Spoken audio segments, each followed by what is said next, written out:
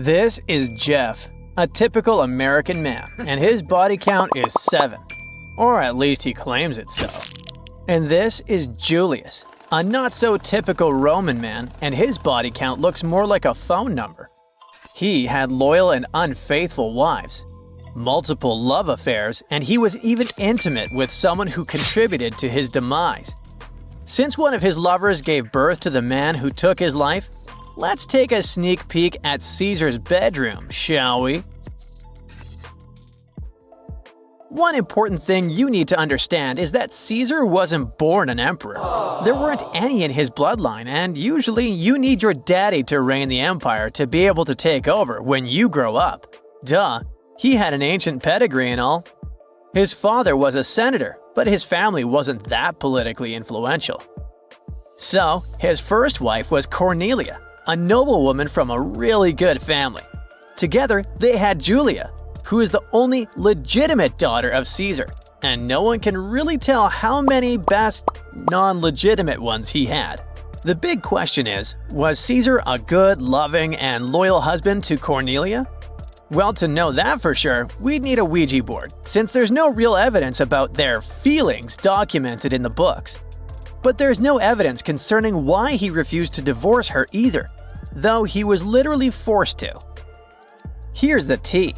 Back in 82-81 BCE, there was Lucius Cornelius Sulla, a Roman general who turned dictator. He was even the rival of Cornelia's dad, and he was forcing people to leave their wives and marry into his family. And guess what? Many people did comply. Sulla wanted Caesar to dump his wife Cornelia, but instead, Caesar chose to flee Rome. Because of that, he lost his titles and inheritance, and Sulla even hired people to liquidate him. Although he was caught, he managed to bribe his captor and, with some help from influential allies, returned to Cornelia. Who knows, he may have stayed with her happily ever after, but she passed away pretty young in 69 BCE. Let's sum up. This marriage made him lose money, home, position in society, and he could even lose his life. Yet it was her untimely demise that did them part. Maybe Caesar did really love Cornelia after all. Anyways, 2 years later, Caesar officially remarried. In a way, that was Sulla's dream coming true. Caesar married someone from his family because Pompeia was his granddaughter. Needless to say, it was more of a marriage of convenience rather than a marriage for love. Time went by, and 4 years later, Caesar got a serious promotion, becoming in 69 BCE the Pontifex Maximus, the chief priest of the Roman state religion. It all came with an official residence on the Via Sacra, and you can still take a walk down this street if you visit the Roman Forum. Things seemed to be going pretty smoothly until one day in 62 BCE, when his wife Pompeia decided to throw a party that put an end to her marriage. She hosted a festival called Bona Dea, and there was only one condition: no man was allowed. However, a young patrician managed to sneak in because he was disguised as a woman, apparently for the purpose of seducing Pompeia. He was caught and prosecuted for sacrilege, and at that time, rumors about adulterous Pompeia started circulating around Rome. It turned out pretty fine for Clodius. He was free from any criminal charges, as Caesar gave no evidence against him at his trial.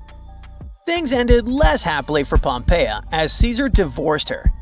Ever heard the proverb, "Caesar's wife must be above suspicion"? Well, that's about this very unfortunate situation.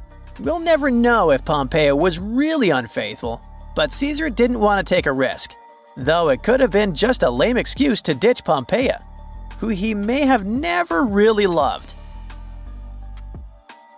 The same year Caesar divorced Pompeia, he married another woman, Calpurnia, a humble young lady of noble descent. We already know that he was becoming more and more influential in Rome, and he needed to think about what was the best for his career.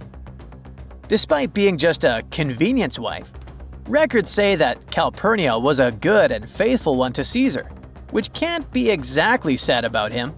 He had numerous lovers, and the most famous of them was surely Queen Cleopatra, But we'll speak about their spicy affair a bit later. That was a very much unequal marriage, starting with the fact that Calpurnia was 17 and Caesar was 41 when the two wedded. Get this, she was probably younger than Caesar's daughter. Yet it's not something unbelievable in the 21st century. Duh. It's hard to judge whether Calpurnia was gifted by nature with an outstanding appearance, yet what she was definitely gifted with was patience. Otherwise, it's impossible to explain how she tolerated the Casanova lifestyle Caesar adopted in the years of their marriage. Rumor had it that he took advantage of the wives of a number of prominent men. He also seduced the wives of two of his allies in the First Triumvirate, a political alliance among three prominent politicians. One of them was Caesar himself. Do the math, and you'll see that no wife of his allies hadn't been seduced. Weird, right? There weren't records of him being this adulterous before, but after a marriage where he thought he was cheated on, he just went nuts and started treating women like Kleenex. All Rome was buzzing about his relationship with Servilia, who was a Roman matron. No one knows when their relationship started exactly. Some records say it was 59 BCE, but Plutarch insisted it all started way back when they were teenagers. And if Plutarch was right, then the rumor about Caesar being the real father of Brutus, yep, the one who betrayed him and one of those who took his life, might be true after all. Caesar definitely had a thing for taken ladies. Like, Caesar also had love affairs with the Mauritanian queen, but it wasn't as memorable as his affair with the one and only Cleopatra. When Caesar met her, he was in his 50s and had a wife back in Rome. But something about the 21-year-old Cleopatra caught his eye. I guess it was her charm and intelligence. The drama kicked off when Julius Caesar got involved in her family feud with her brother, Ptolemy XIII, whom she was married to at the time. Their relationship was rocky, leading to Cleopatra being kicked out of Egypt while Ptolemy tried to rule alone. When Caesar arrived in Alexandria, he was greeted with the severed head of his rival, Pompey. Outraged, he wanted Cleopatra and Ptolemy to reconcile, but Cleopatra had other plans. She famously snuck into the palace, hidden in a bed sack, to charm Caesar. Their connection was both romantic and politically strategic. Caesar eventually put Cleopatra back on the throne, arranging for her to marry her younger brother, Ptolemy XIV, after her first brother husband drowned. Despite the awkward situation, Cleopatra took charge of the kingdom. They celebrated their alliance with a lavish cruise down the Nile, during which Cleopatra announced her pregnancy with Caesar's son, nicknamed Caesarion. He was never acknowledged by Roman law, though. Even though their situationship faced challenges due to Roman laws and Caesar's existing marriage, Cleopatra spent about 18 months in Rome. The official wife, Calpurnia, didn't magically disappear. She was always there and loved him, turning a blind eye on all the shame he put on her. The night before Caesar's life was taken, Calpurnia had a nightmare where she saw Caesar hurt and breathing his last in her arms. The next morning, she pleaded with him not to go to the Senate as he had planned. Her worries really got to him, and he decided to stay home. But then, Brutus showed up in his house and convinced him to brush off the bad signs and head to the Senate anyway. The rest is history. After Caesar was eliminated, Cleopatra didn't think long and returned to Egypt, only to begin an affair with Mark Antony, Caesar's ally. And Calpurnia? She handed all the Caesar's papers to the same Mark Antony and grieved her late husband, surrounded by her servants. Okay, what if I tell you that the extraterrestrials we all imagine as little green men may actually look like very normal Earthlings and chill in Europe? This is the Iberian Peninsula, and people living there are under suspicion. Ooh. Here's the reason. Somehow, parts of the most important artifacts that the Iberian civilization called Treasure of Valena are made of metal that simply can't be found on Earth, because it's metal from a meteorite. Now let's tackle this step by step. This is the artifact itself, and it's composed of 59 different objects.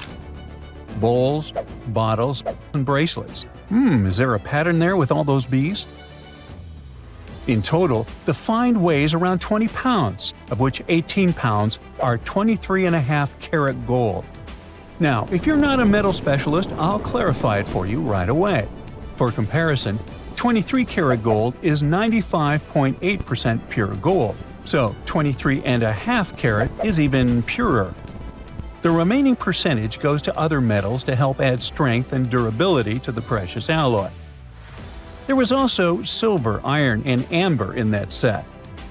The artifact could have been pretty straightforward, but for these two, let's call them imposters. Look at this wrought iron bracelet and this hollow hemisphere. Can you see that? Those rusty lines on the hemisphere and the overall weird color of the bracelet do stand out, since everything else is made of purest gold.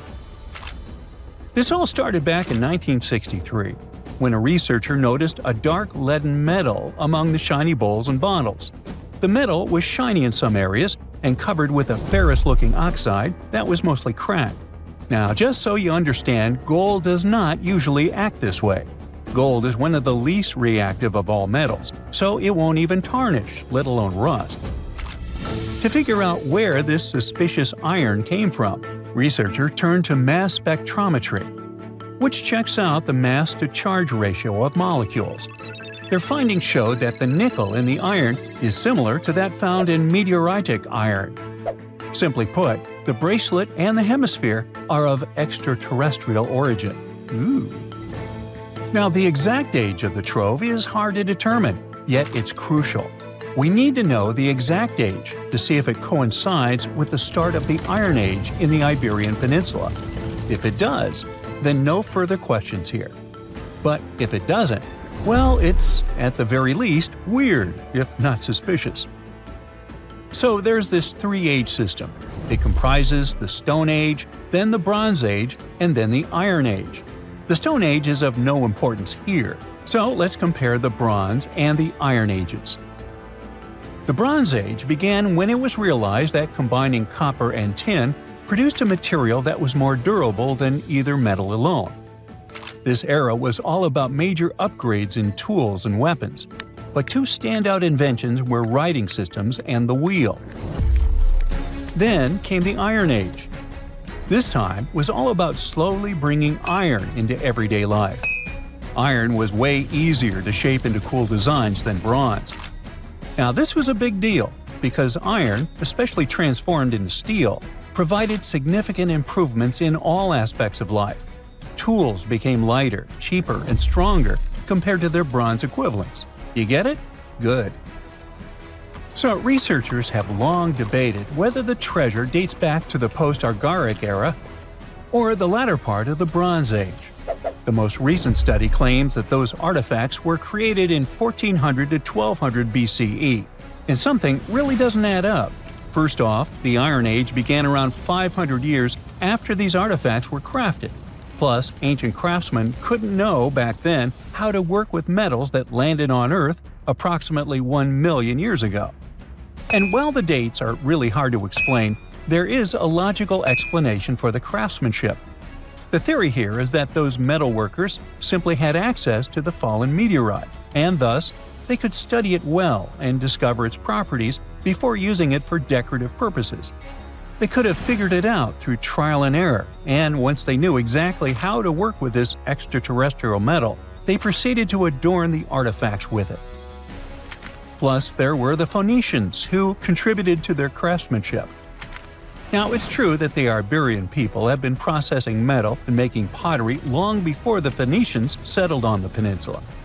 But the arrival of new metalworking techniques and the introduction of the potter's wheel enabled them to produce better quality goods much faster than before.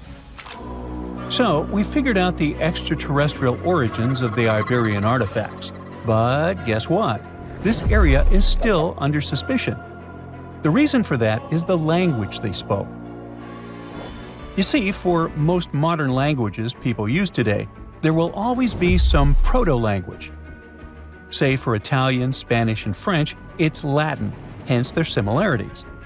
But wait, Iberian was largely spoken where modern Spain is, so why isn't Spanish similar to it? Well, the truth is, no language today is similar to the Iberian. Maybe only the Basque language, but it's because of some similarities found in their numerical systems. Basque is classified as a language isolate, or simply unrelated to any other known languages, and the only language isolate in Europe. The Iberian language is unclassified. While the scripts written in it have been deciphered to various extents, the language itself remains largely unknown. And look at the alphabet the Iberians had. Looks like it doesn't really belong to our planet. But hold up, this one might be a bit of a stretch. When the Phoenicians came to the peninsula, they brought along their alphabet to the Iberians. But honestly, the Iberians probably weren't keen on just copying someone else's writing system, so they tweaked it until it looked completely different. Let's just say they took some inspiration and ran with it. While linguists can guess to some extent how most characters sounded, actually translating the language is still completely impossible. The Iberian language was non-Indo-European and faded away over 2,000 years ago. And there aren't any similar languages left to help us out. Super frustrating, right? Yeah. We got over 2,000 Iberian inscriptions from tombs, coins, potteries, lead plates, and even cave wall carvings. But aside from a handful of words, we're totally in the dark about what they mean. Now, if we could understand their language, we might have learned that they were great thinkers and all, but we can only contemplate the works of art they left. Iberian culture has a lot of amazing stuff made by talented artisans. We're talking about not just metalwork and ceramics, but also detailed sculptures, textiles, jewelry, and other personal bling. But here's the catch. Making all those luxury items depended a lot on a big farming class. At the heart of Iberian society, most folks were involved in farming and taking care of livestock. Depending on where you were, the types of farming varied. For example, up in the north, they were all about growing grains, while down in Valencia, they focused on producing olive oil and other agricultural aspects. In the west, raising animals was the name of the game. Still, we don't have much information about the day-to-day lives of the many people doing this essential work. Yet, on the flip side, we know a lot about the upper class of Iberian society, who control these agricultural resources and hire the artisans. By the 7th century BCE, we start to see a group of Iberian princes who were living the good life, trading with the Phoenicians and enjoying fancy luxury items. You can spot this elite class in their burial practices. Cremation was the go-to method for funerals among the Iberians, and wealthy individuals were often found in cemeteries with all sorts of lavish goods and funerary sculptures that give us a peek into the fashion and hairstyles of the rich. Interestingly, starting in the 6th century BCE, there was a noticeable drop in the number of recognizable burials, which suggests that these elaborate funeral customs became more exclusive to a small elite. Meanwhile, the fate of the majority, farmers, artisans, soldiers, and laborers, who made up a big chunk of the population, remains a bit of a mystery. It used to be a pretty advanced civilization, but it vanished without a trace. Researchers think it could have been due to some massive earthquake, but so far, we don't know for sure. It's strange if you think about it. There are old Roman buildings that have lasted for thousands of years, while our newer buildings seem to fall apart. How did the Romans manage to create such strong buildings? A lot of them with complicated designs, too. Recent research has shown that the Romans used a type of concrete that has an extra layer of protection against the elements. It can even fix itself when it gets wet. This discovery not only explains why these buildings have lasted for thousands of years, but it can also help us make cement in a way that's more natural and resistant. A recent study shows that Romans used volcanic ash in their concrete mix to make it stronger, especially when it was near the ocean, where the air is naturally more humid and could naturally cause more damage. These days, we make concrete out of sand, rocks, water, and a special kind of cement called Portland cement. This cement itself is made by cooking limestone, clay, and other substances in very hot ovens that reach over 1400 degrees Fahrenheit. Sure, it creates a well-blended mixture, but it cracks easily, and sometimes it only lasts a few decades. There's one more interesting feature of this amazing Roman concrete. It has small white bits of calcium called lime clasts that stay inside the concrete and do not disappear over time. At first, it may not seem that attractive because it's not as smooth as the concrete we use today. And for many years, specialists used to think that having small pieces of lime in concrete was a bad thing because they thought it made buildings less resistant.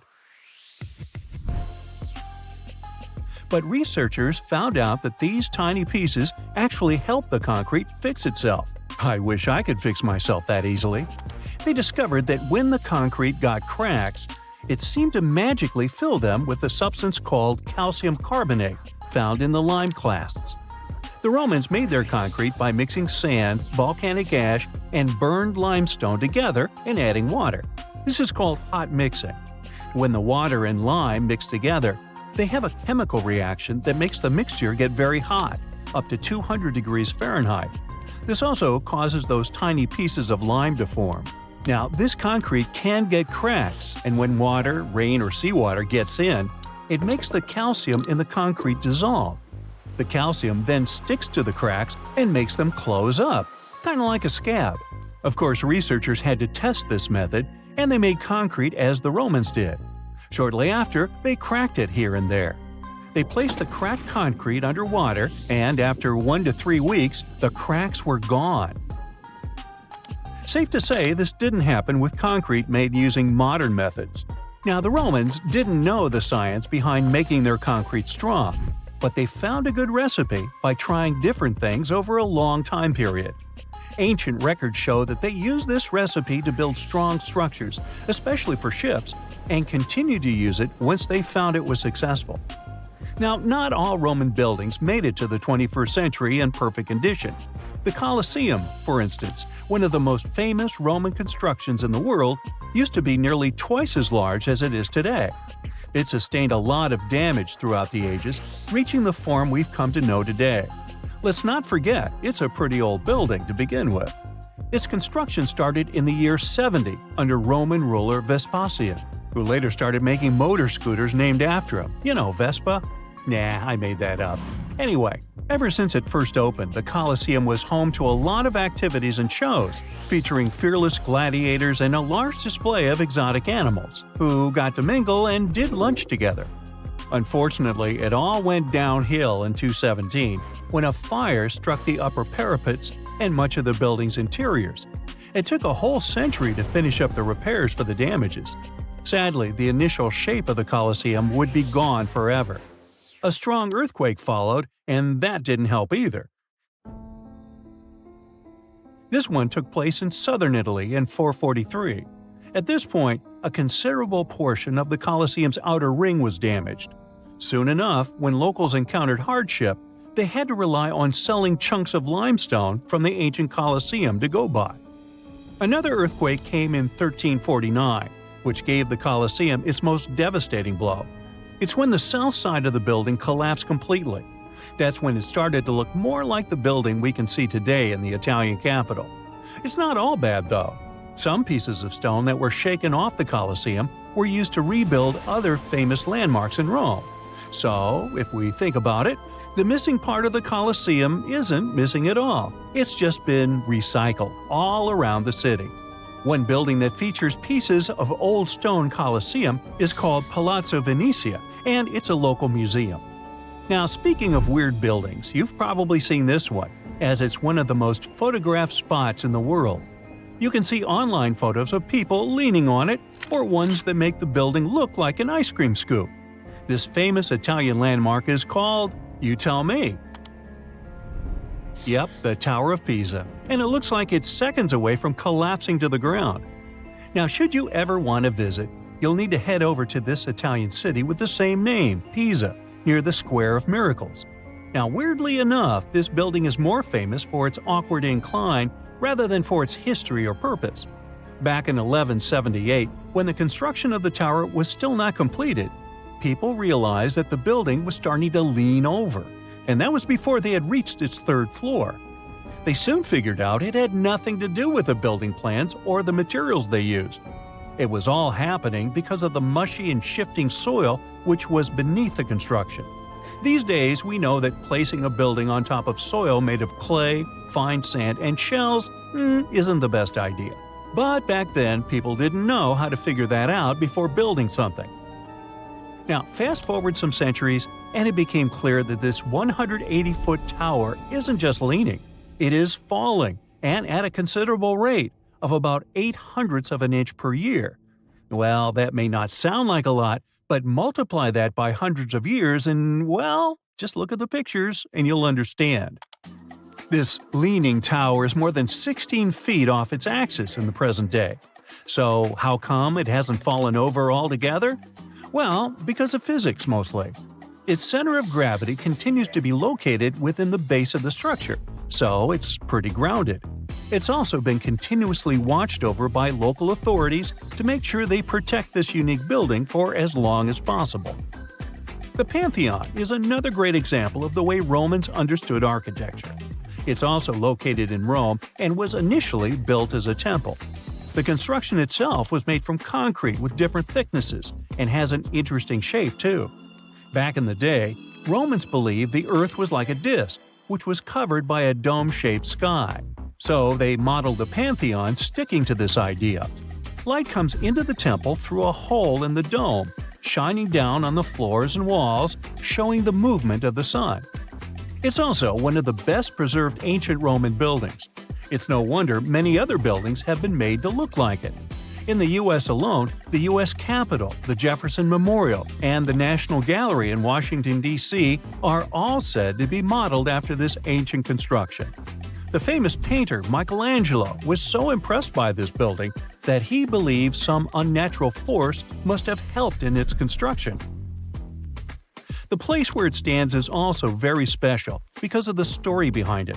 Legend has it that the founder of Rome, Romulus, was lifted to the ancient Roman higher spirits on the wings of an eagle from this exact location. Apparently, it was a talon show. Get it? Talons, eagles? Okay, gotta go. An ancient computer stood dormant underwater for thousands of years. When it was first discovered in the early 1900s, people confused it with a boring lump of metal and wood. But once it was properly studied, the Antikythera mechanism shook up what we knew of the ancient Greeks and their knowledge of astronomy. Is it really a computer? Depends on what you consider one to be. We know that the first mechanical device of this kind was designed in 1822 and could only help with simple calculation. The Antikythera mechanism also doesn't have a keyboard or screen. It's made out of 3 bronze pieces featuring intricate designs, gears that resemble those of a clock, and a ring with degrees, similar to a protractor. No other similar devices can be traced so far back in time. X-rays needed to be invented before scientists could figure out this device. They soon learned that the Antikythera mechanism was probably used to track stars and planets. Here's how it worked. Inside its wooden case were lots of tiny gears. They weren't for telling time, but rather for predicting astronomical events.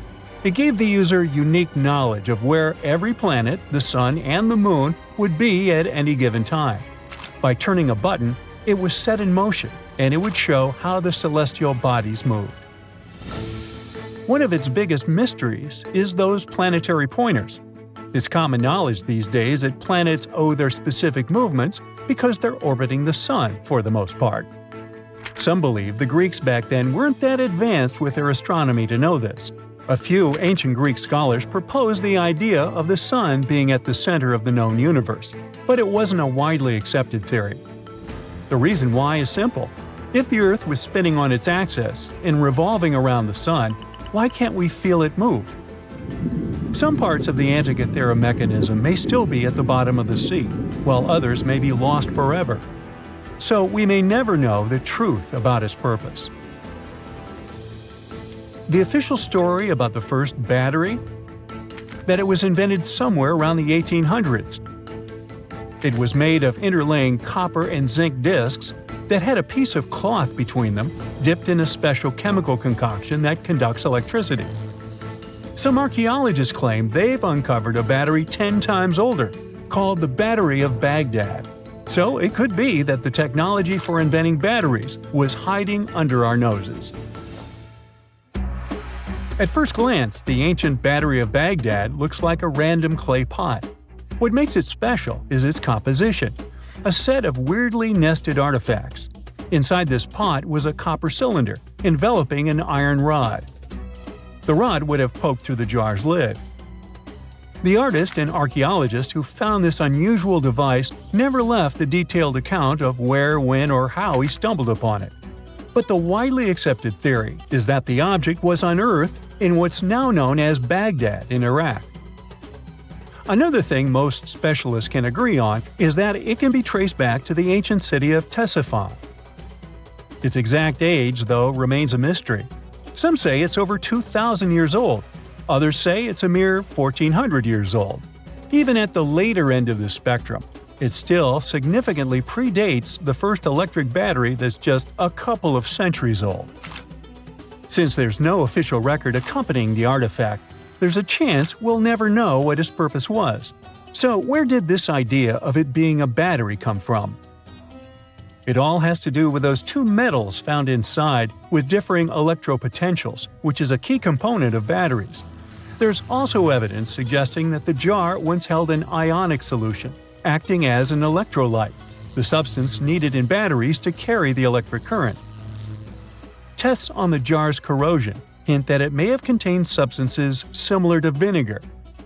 Even if we agree that it's an ancient battery, this artifact could have only generated a mere volt or so. But the ancient humans didn't have TVs or dishwashers, so what did they need a battery for? A lot of theories came up. Throughout history, civilizations have explored the applications of electricity in medicine. For instance, the ancient Greeks found relief from pain by placing electric fish on their feet. Ow! Another intriguing idea says such batteries were placed inside statues to create a buzzing effect, adding a mystical dimension to spiritual practices.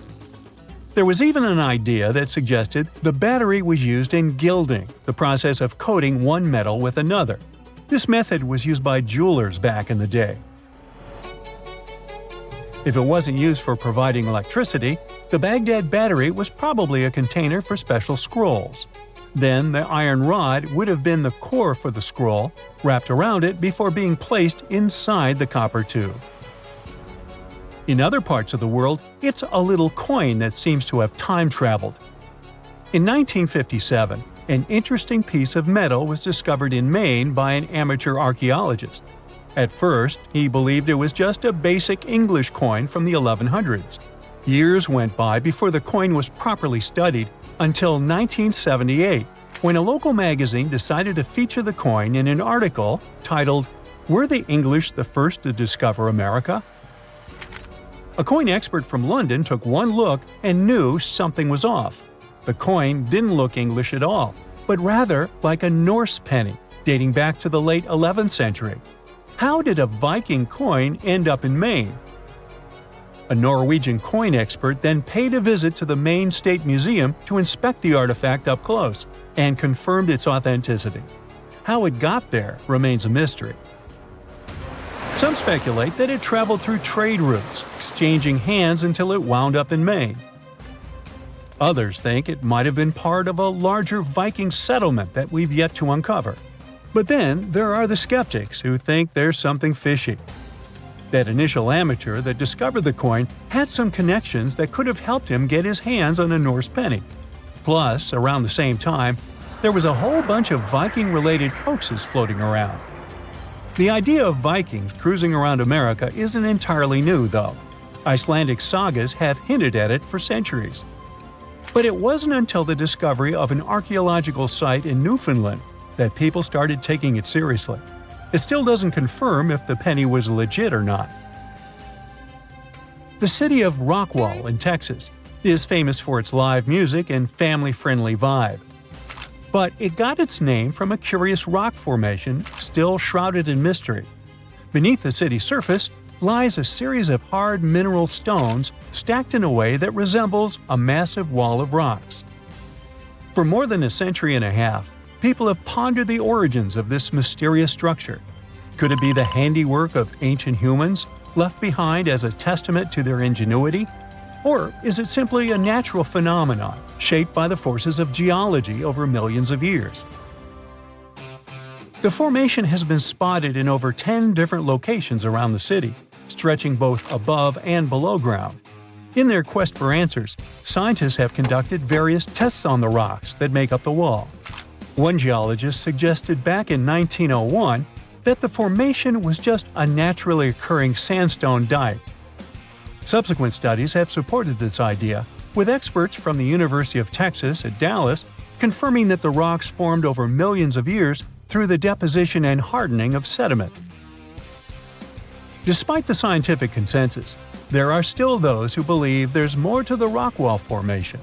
Tales of steps, archways, and even corridors have circulated for decades, supported by old newspaper reports and local folklore.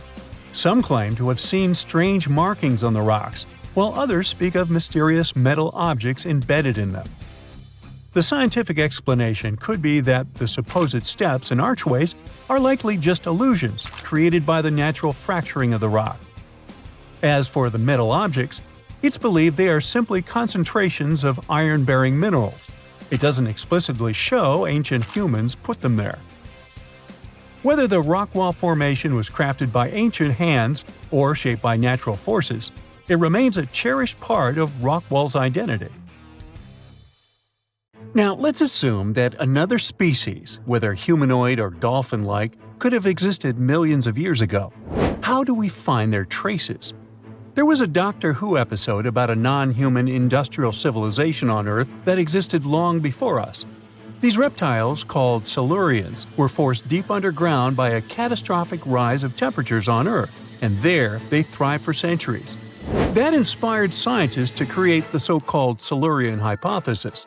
If there was an advanced civilization before us, we should find their traces somewhere. Well, let's try. Climatologist Gavin Schmidt and astrophysicist Adam Frank decided to dive into this themselves. Like us, any technologically advanced civilization would be hungry for energy. So they looked for global effects that would leave a widespread mark. For example, hints of large-scale industrial processes, like plants and factories, and their leftovers. Then comes the question of how long these civilizations would last.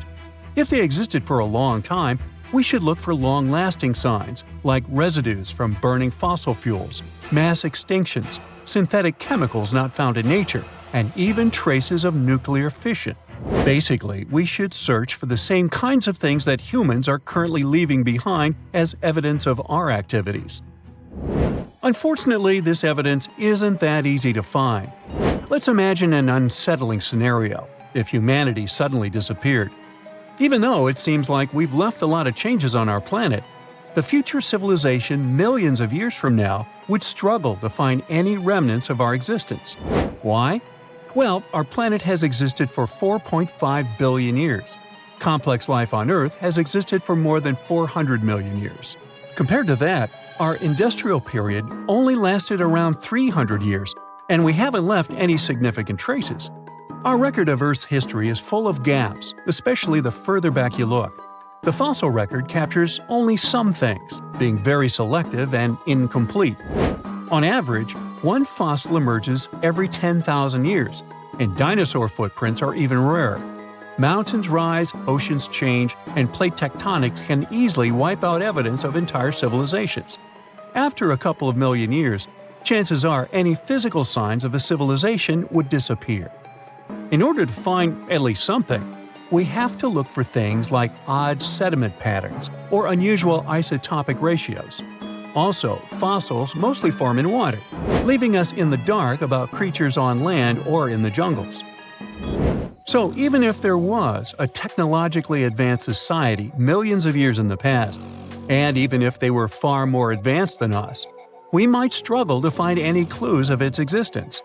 Frank and Schmidt try to understand how we could ever hope to spot signs of them.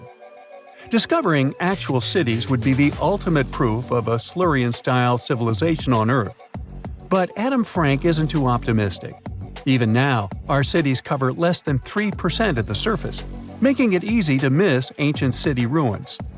Whether a city survives over tens of millions of years depends on whether the land around it is sinking, getting locked into a rock, or rising, getting worn away by rain and wind. So, places like the French Quarter in New Orleans might have a better shot of making it into the geologic record than, say, Haight-Ashbury in San Francisco. When it comes to finding artifacts, the odds are pretty slim as well. No prehistoric iPhone would survive millions of years, fancy glass or not. Finding their fossilized remnants might be a bit more promising, but it's still tricky. Considering modern humans have only been around for about 100,000 years, it's quite possible that we might overlook any traces of an earlier advanced species. There is one thing, though. We could stumble upon their traces in rocks.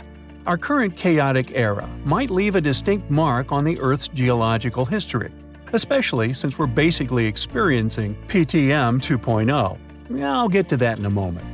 So they try to look at the changes in the carbon cycle. Humans have been releasing a lot of fossil carbon since the 18th century. This leaves a special mark in the carbon isotope ratio, like a signature that shows the difference between carbon in living things, such as seashells, and carbon in lifeless volcanic rock. Scientists also look for signs in the way sediments are arranged. Large coastal deltas might mean that there were bigger rivers made by folks in this hypothetical civilization. Traces of nitrogen could suggest big-scale farming, where they used a lot of fertilizer. Spikes in metal levels in the sediment could mean runoff from heavy industries. Of course, a single find like that wouldn't tell us anything. Schmidt says the key is to look for multiple signs together. Without clear artifacts, the uniqueness of an event might show in various clues rather than a set of changes linked to a single cause. On a quest for Silurian-style clues, scientists even decided to check the Moon. Some astronomers find it surprising that no one has looked into this before. They even joked about the possibility of dinosaurs building rockets and leaving traces on the Moon or other celestial bodies. These astronomers think that Earth-like planets tend to erase signs of civilizations on their surfaces.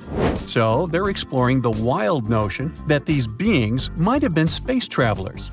In that case, remnants of their technology, known as technosignatures, could be lurking not only on our Moon, but also on asteroids, or even buried on Mars.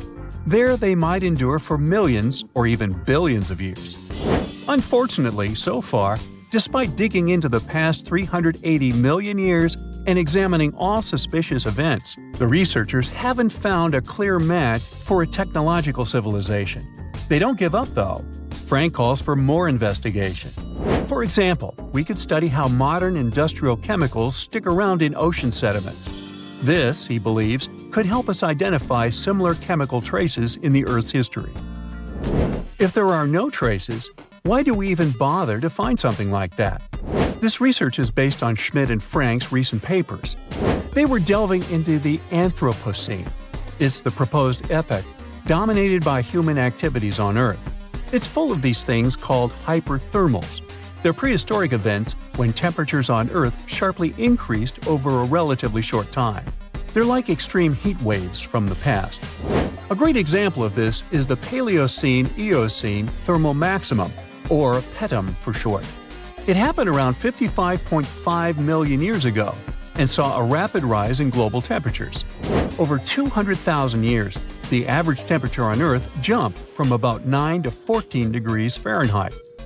We study these hyperthermals to understand how they occurred, from natural causes or human activities. So, these hyperthermals sparked the genesis of Frank and Schmidt's research. To study them, scientists started examining chemical signals and tracers left in rocks.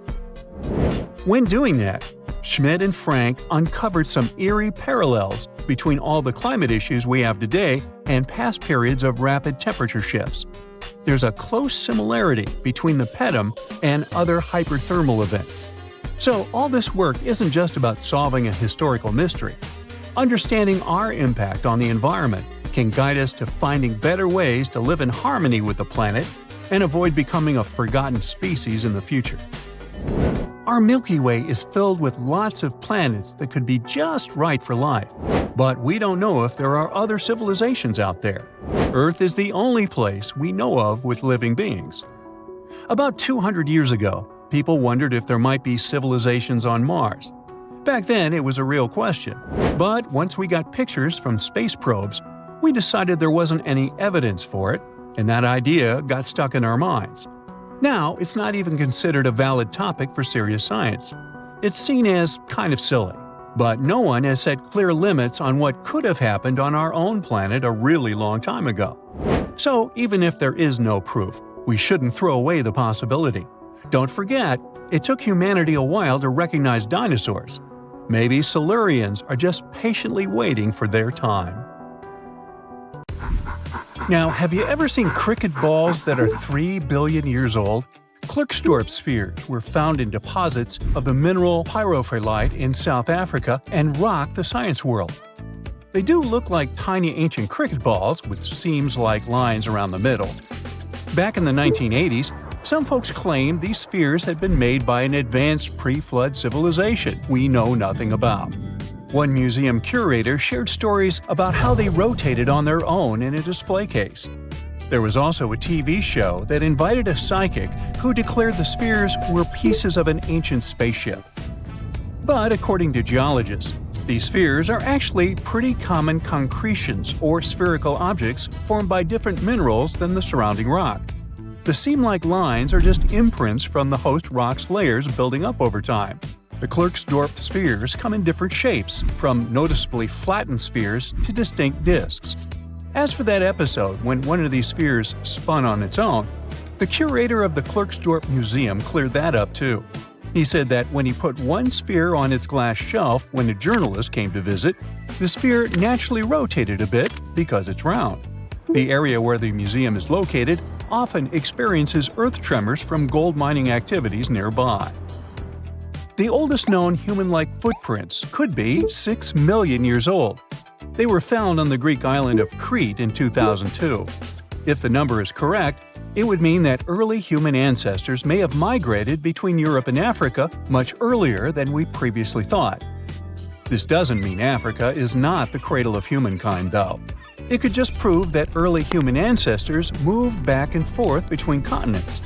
Some researchers believe the footprints were left by a bipedal creature possibly related to an early human ancestor nicknamed El Greco. According to scientists who studied them, the footprints have a very human-like shape, with 5 toes and a parallel big toe. Some scientists are skeptical about it and suggest the prints might be from a late European ape. The new study analyzed fossilized marine microorganisms found in the sedimentary rocks to determine the footprint's age and prove it's actually 6 million years. The next amazing find that keeps scientists entertained is the Dorchester pot. It's a beautifully crafted metal vessel with some fancy geometric designs embossed in shiny silver. The pot was discovered in, who could have thought, Dorchester in 1852 under quite unusual circumstances. During a powerful blast, the pot broke into 2 pieces. Scientists believe it was originally embedded within a rock or boulder known as pudding stone. The rock from which the Dorchester pot emerged is dated to be around 500 million years old, so it could mean the pot itself is also that old. The current and less exciting theory suggests that the Dorchester pot is a Victorian-era candlestick holder. Such things were really trending back then, so it's not a surprise to find such fancy household item from that time. The Dorchester pot falls into the category of ooparts, or out-of-place artifacts. Those are objects that seem too advanced for the time period they're supposedly from. If we accept that the pot is 500 million years old, then whoever made it was way ahead of their times in terms of crafts and tech. One extra mystery is that the pot has an engraving of a plant that most likely disappeared from Earth over 100,000 years ago. Sounds like good proof the pot is really extra old. Now, it looks like the oldest map in Europe is a stone from 4,000 years ago. This Bronze Age slab was found in France in the year 1900 at an ancient burial ground. The carvings on the slab show in 3 dimensions the River Odey network with a fantastic accuracy of around 80% over an 18-mile stretch. There are other stone-carved maps around the world, but this one is unique because it shows a specific area to scale. Looks like the slab's carvings don't just map rivers and hills, but also settlements, barrow sites, and field systems. Archaeologists say the slab wasn't used for navigation, but rather to symbolize power. The detailed markings on the slab might have served to illustrate the domain of a local ruler, possibly a prince or king, to show their control over the territory. When the ruler lost power, the slab was likely repurposed as part of a burial vault. The unique artifact was stored in the cellar of a museum. For decades, no one even noticed until several scholars read older reports about the slab and decided to check it out. They conducted a detailed analysis using 3D techniques. Their research proved that the creators of the slab had not only etched lines into the rock, but also modified its surface to reflect the topography of the landscape with high accuracy. The Salzburg cube, also known as the wolf's egg iron, was discovered in the late 19th century in Austria.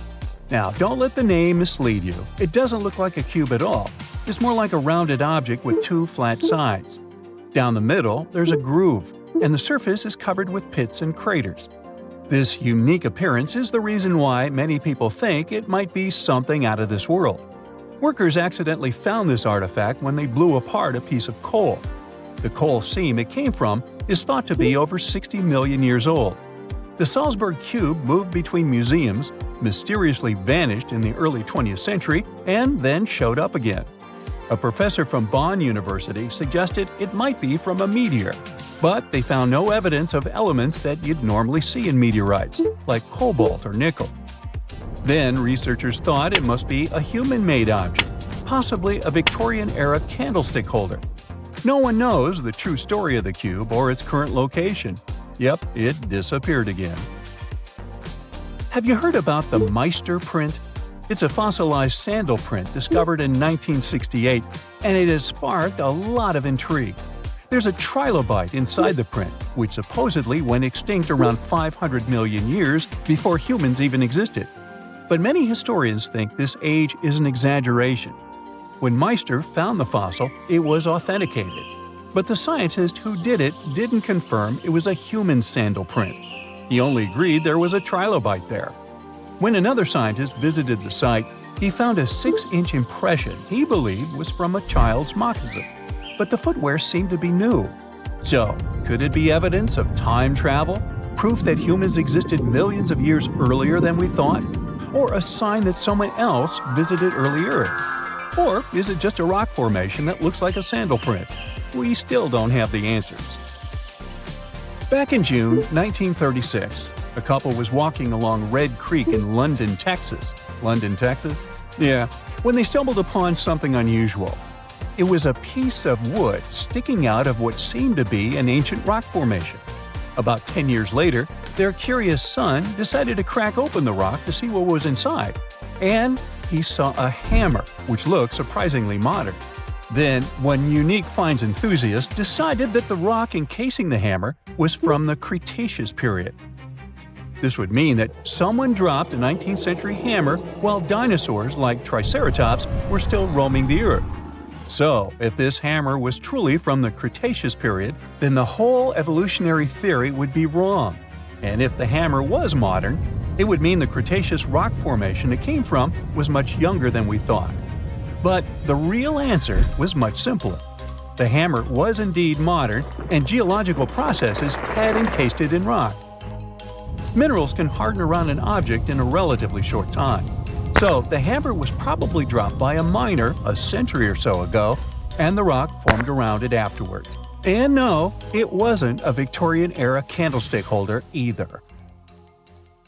Welcome to Rapa Nui, better known as Easter Island. It's a tiny speck in the vast Pacific Ocean, 2,200 miles away from the coast of Chile. This island is most famous for its eerie moai statues. This place is also home to one of the most mysterious writing systems in the world, called Ronga Ronga. We found it on 27 small wooden tablets. For years, historians have been arguing about the true history of these tablets, and now we might have found the truth. Humans first set foot on this island in the 12th century. For many years, it was home to the Rapa Nui people. They were pretty isolated out there in the Pacific Ocean until Europeans arrived in the 1720s. Europeans brought with them lots of troubles, leaving only a small fraction of the native population alive.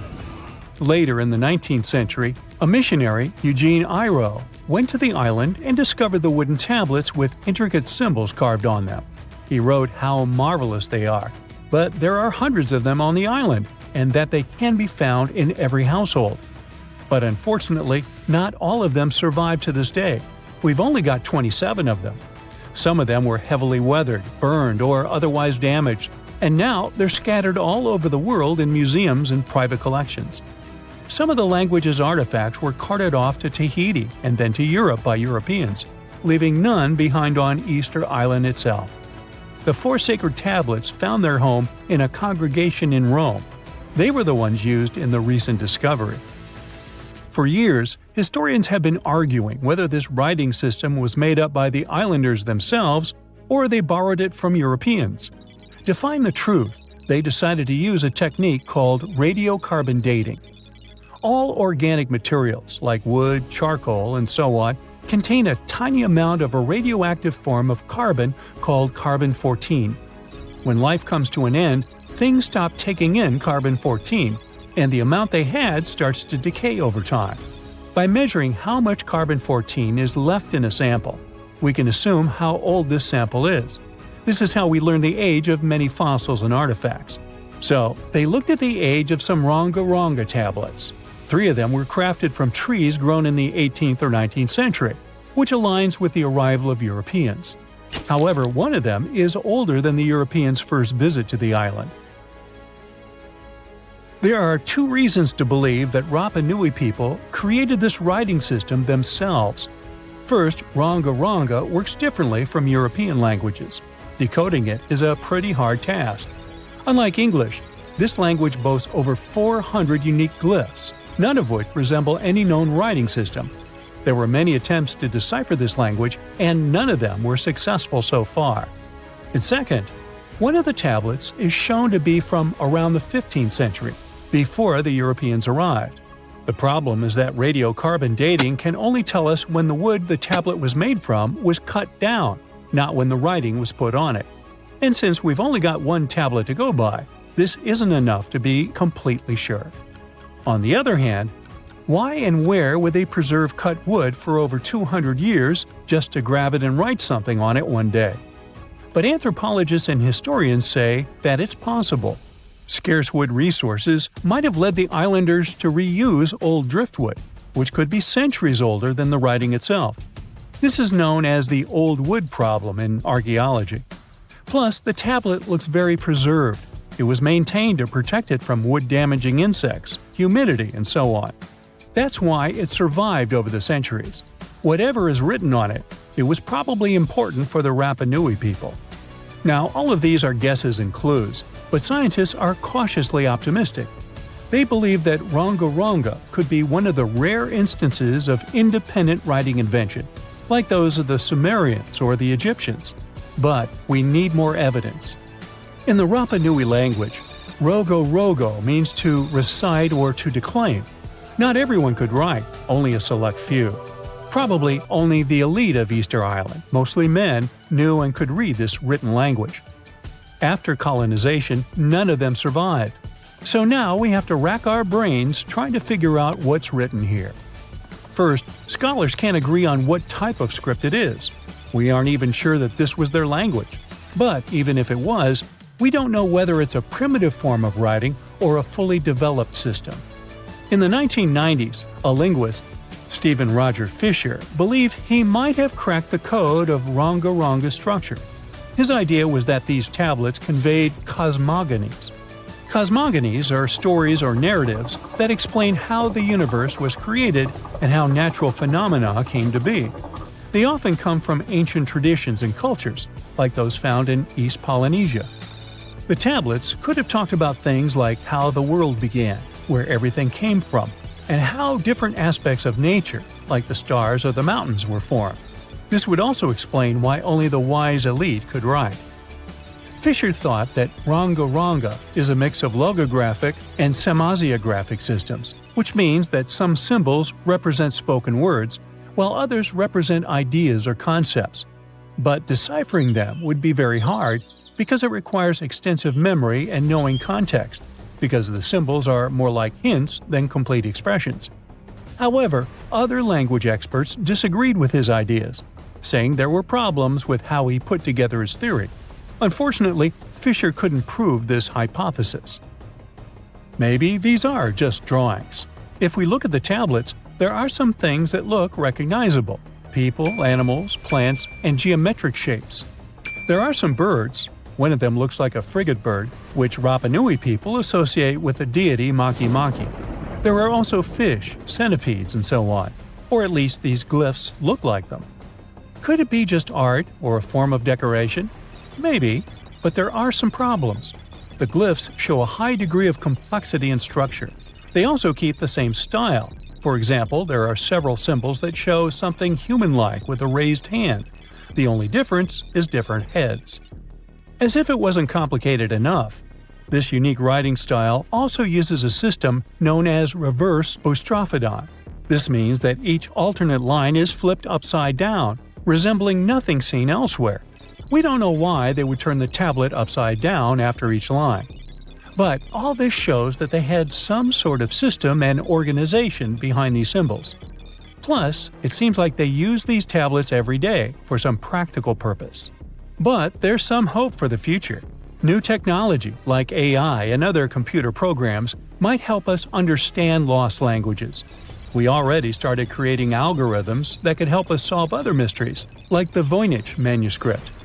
Academics even organized the Vesuvius Challenge, a machine learning competition that, in 2023, cracked the riddle of the ancient Herculaneum scrolls.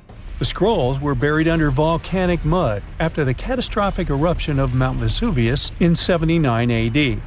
In real life, the scrolls are very fragile, so deciphering them would be a very hard task. But with digital scanning and machine learning, it's much easier. They have a rich history. They most likely belong to the personal library of an Epicurean philosopher named Philodemus. These scrolls contain very important insights into Greek philosophy and Latin literature. If we decipher more of them, we'll learn more about the rich history of the Roman Empire. Got an Instagram account? Of course you do. Everyone's using this platform, from your friends and coworkers to your favorite celebs. But what would it be like if ancient people, or creatures for that matter, could time travel to the future and get their own Instagram account? What would their feed look like? Well, let's click on the profile of the mighty T-Rex. Its latest photo? A close-up selfie of the dinosaur trying to apply lipstick with its tiny arms, but most of the makeup ended up on its cheek instead of its lips. Those sharp teeth almost make you miss the caption, "Who says you need long arms for the perfect makeup look?" Nailed it or failed it. Hashtag T-Rex problems. Next up, the Velociraptor. This was one fast dinosaur. Its Instagram feed starts with a blurred image of it sprinting, its mouth open in what looks like a big grin. In the background, you can see a slow turtle desperately trying to catch up. The caption? "They see me rolling, they can't keep up." Hashtag catch me if you can. The Brachiosaurus feed. Well, isn't this a stunning panoramic view of the prehistoric jungle? In its latest picture, you can see a sneak peek of the top of the Brachiosaurus head popping up from the top of the frame. It looks like it's struggling to get into the frame of the selfie. Tried to take a selfie, but the frame wasn't tall enough. Hashtag tall girl problems, hashtag selfie fail, the caption says. With those funky facial features, you'd have to assume the Triceratops would always get in trouble. Its latest Instagram photo proves just that. It has its horn stuck in a tree with a surprised expression on its face. The caption would surely read, "Note to self, watch where you're going when you've got 3 horns. Hashtag stuck in the moment, hashtag help needed." What about some famous historical figures? Take Cleopatra, for instance. Her latest photo has her sitting in front of a mirror, applying makeup to her eyes, but the eyeliner wand is really big. Her caption? When your eyeliner is on point, but the wand is bigger than your ambition. Hashtag Queen Problems. Sure, Napoleon Bonaparte might have been an imposing ruler, but who's to say his fashion sense would have been on point too? Check out his latest photo. A selfie of him wearing his bicorn hat, but it's slanted so far down it covers most of his face. The caption says it all. They say the bigger the hat, the bigger the power. Can someone help me adjust this? Hashtag Fashion Police. Now, can you imagine if Leonardo da Vinci had Instagram back in the day? He would have surely insta-documented his journey painting his most famous artwork. Check out his latest pic. He's standing in front of the Mona Lisa, holding a weird-looking paintbrush, covering Mona Lisa's entire body on the canvas. His caption? When your brush matches your creativity, but you're merely working on a portrait. Hashtag Artist Problems. I'm sure Albert Einstein wouldn't post as much. But he'd surely have a lot of followers patiently waiting for him to share a snap. The latest photo in his feed shows him sitting at his desk covered in papers. There's a chalkboard with equations in the background. His iconic hair is even more frizzy than usual, looking like it's been statically charged. The caption is equally as hilarious. Then you've been working so hard, your hair starts to think it's a lightning bolt. Hashtag Bad Hair Day. Next up, dear old William Shakespeare. He'd surely spend a lot less time on his selfie game and a lot more time meticulously writing his captions. His latest post? A candid shot of the famous author, feather quill in hand, dramatically posing with a piece of parchment. But he's accidentally written on his own hand instead. Told you the caption was good. When the quill has a will of its own. Is this a parchment I see before me? No, it's just my hand. Hashtag writer's block. Let's go even further back in time. Would our human cousins, the Neanderthals, use Instagram? They sure would. Here's what one post would look like. A Neanderthal is chilling in a cave with a piece of charcoal in hand, about to draw on the wall. Care for a prehistoric caption sample? Getting ready for my daily cave art session, although this piece of charcoal has a mind of its own. Hope I don't accidentally invent abstract art. Hashtag prehistoric Picasso. People living in the Stone Age surely had a great sense of humor. Here's one snapshot from a random Stone Age Instagram feed. As you can see, this person is trying to start a fire with a large, overly dramatic stack of kindling that towers over them. The caption? You know what they say, the bigger the flame, the bigger the fame. Now, if only I could remember how to do this. Anyone have a match? Hashtag Stone Age Struggles. Ah, ancient Greece, the land of philosophers, the Olympic Games, and a whole lot of olive oil. Take this random post from an ancient Greek Instagram feed. It's a person trying to wrap themselves in a toga, but it's so long, it's wrapping around them multiple times and tangling. The photo is followed by an equally amusing caption. Preparing for today's symposium, but this toga isn't cooperating. Is there such a thing as too much drapery? Can't tell if I'm going for an esteemed citizen or toga mummy look. Hashtag fashion fails. Hashtag ancient Greek life. The Middle Ages would have been a great time to document through pictures, with so many things going on with those kings, queens, and princesses. An Instagram photo from the Middle Ages would most likely show a candid shot of a person in full plate armor, but trying to eat a large turkey leg. Alas, they can't reach their mouth because of the helmet. What would the caption say, you ask?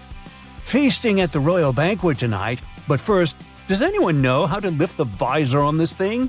These turkey legs aren't going to eat themselves. Hashtag nightlife. Hashtag medieval munchies.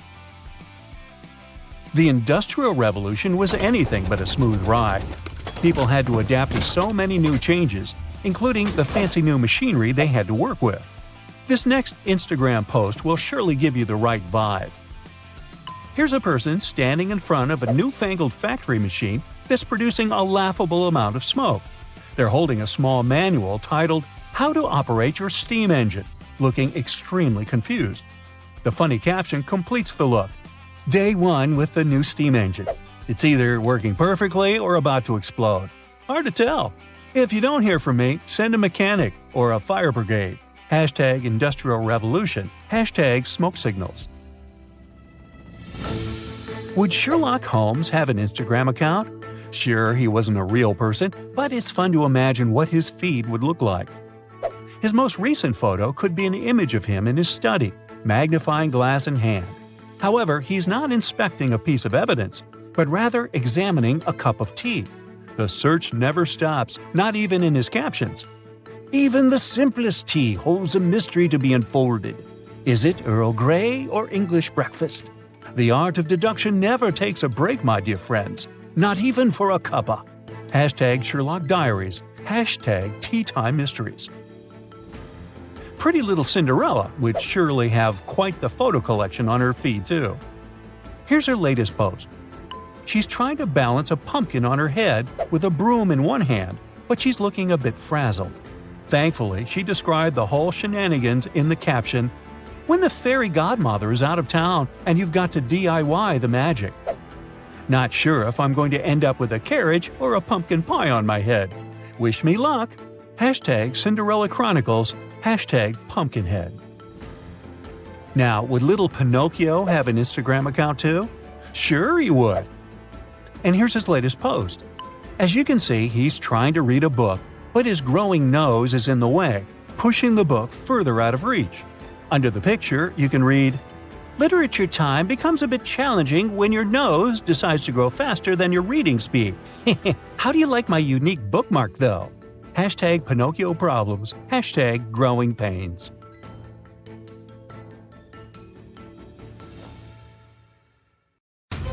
Listen to this. Neanderthal fiber technology. Nope, I'm not joking. The concept is real. In 2020, a team of scientists published a paper that redefined the way we saw our closest ancestors. A find in France changed archaeology forever, and it wasn't the first time something like this had happened. But let me start from the beginning. Neanderthals. For a long time, they fit the image of the typical cavemen.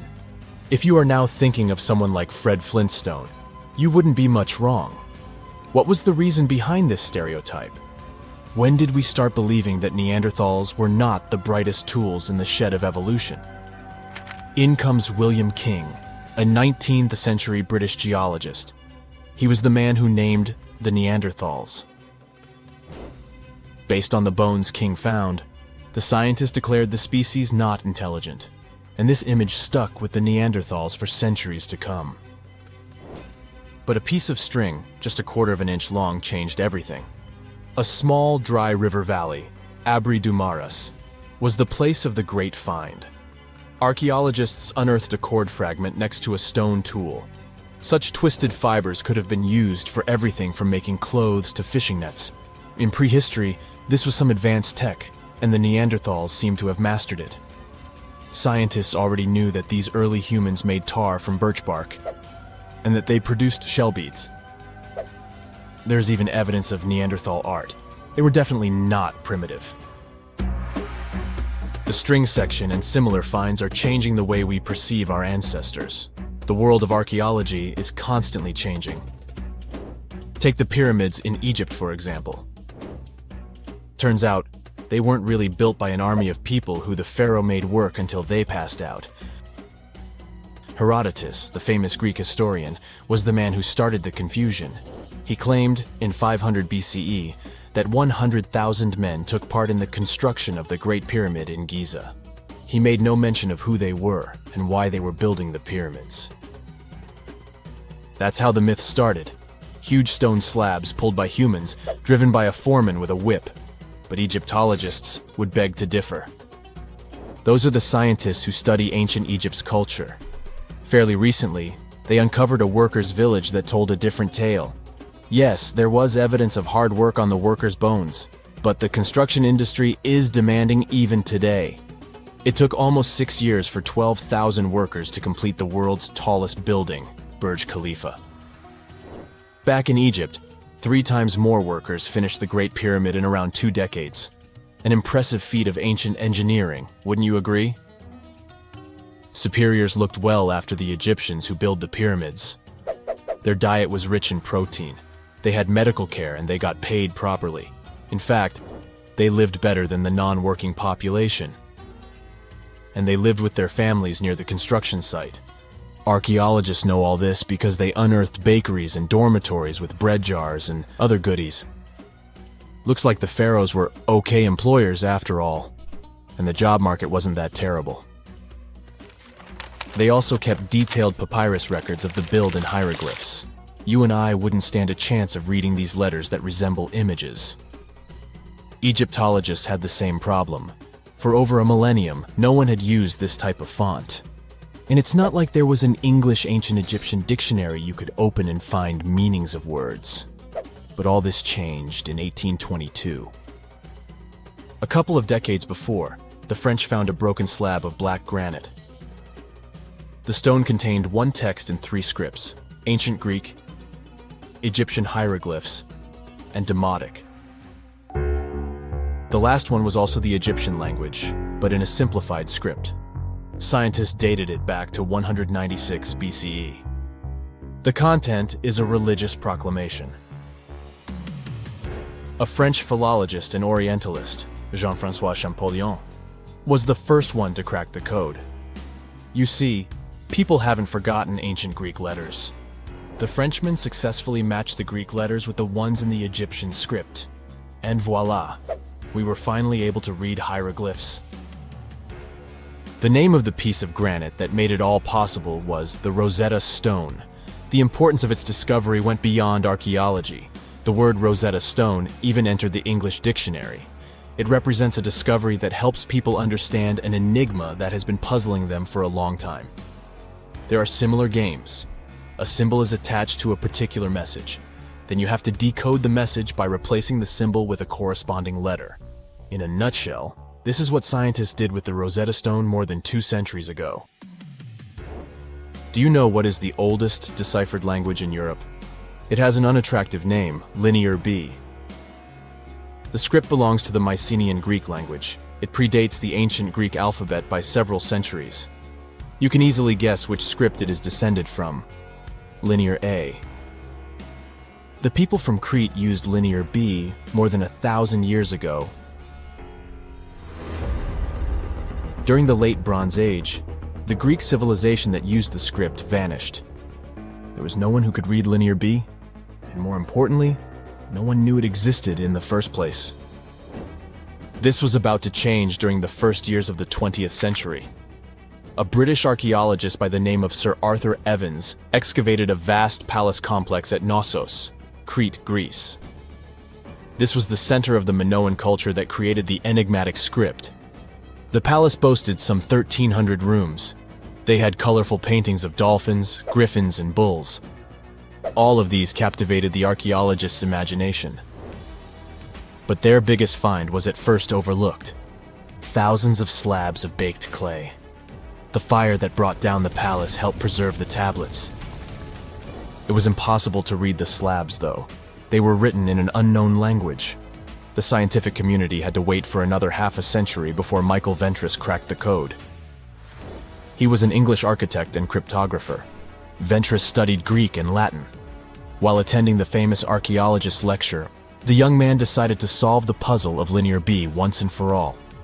He managed to do so in 1952. One of Ventris's most amazing discoveries was that the script was an archaic form of Greek. But cryptology still hasn't solved the code of Linear A. This writing system will remain a mystery until a motivated young person like Michael Ventris comes along. They wouldn't have to be a professional archaeologist. Basil Brown certainly wasn't. Yet in 1939 he discovered the richest early medieval tomb in Europe. This happened in Sutton Hoo in the southeast of England. This wasn't an ordinary tomb made out of stone. It was a full-size ship, 3 times as long as a London double-decker bus. And that's not all. Apart from its main purpose, the ship was full of riches. Deluxe hanging bowls, feasting vessels, gold and dress accessories, and luxurious textiles were just some of the treasures found. Archaeologists were also amazed by the silverware from distant Byzantium. You probably know this city as Istanbul, Turkey. Even in our age, it's several days' drive from Sutton Hoo. Just imagine how much time and money it cost to import a silver plate in the 7th century. That's when the ship went down, according to archaeologists. The English couldn't have done it. At that time, there was no England. The people living in the British Isles at the time were the Anglo-Saxons. Perhaps the ship from the grassy mounds in Suffolk belonged to one of their kings? We will never know. The local acidic soil did away with any possible evidence, or no one laid there in the first place. It could have been a cenotaph, which is a monument constructed to honor an important person. The archaeologists still don't have a definite answer. But what they have found at Sutton Hoo shed light on the Dark Ages. Before the discovery of the ship, they knew little about what had been going on in Britain after the Romans left. Now, the image of the early Anglo-Saxon society was much clearer. Perhaps the English soil will be the site of the next great breakthrough in archaeology.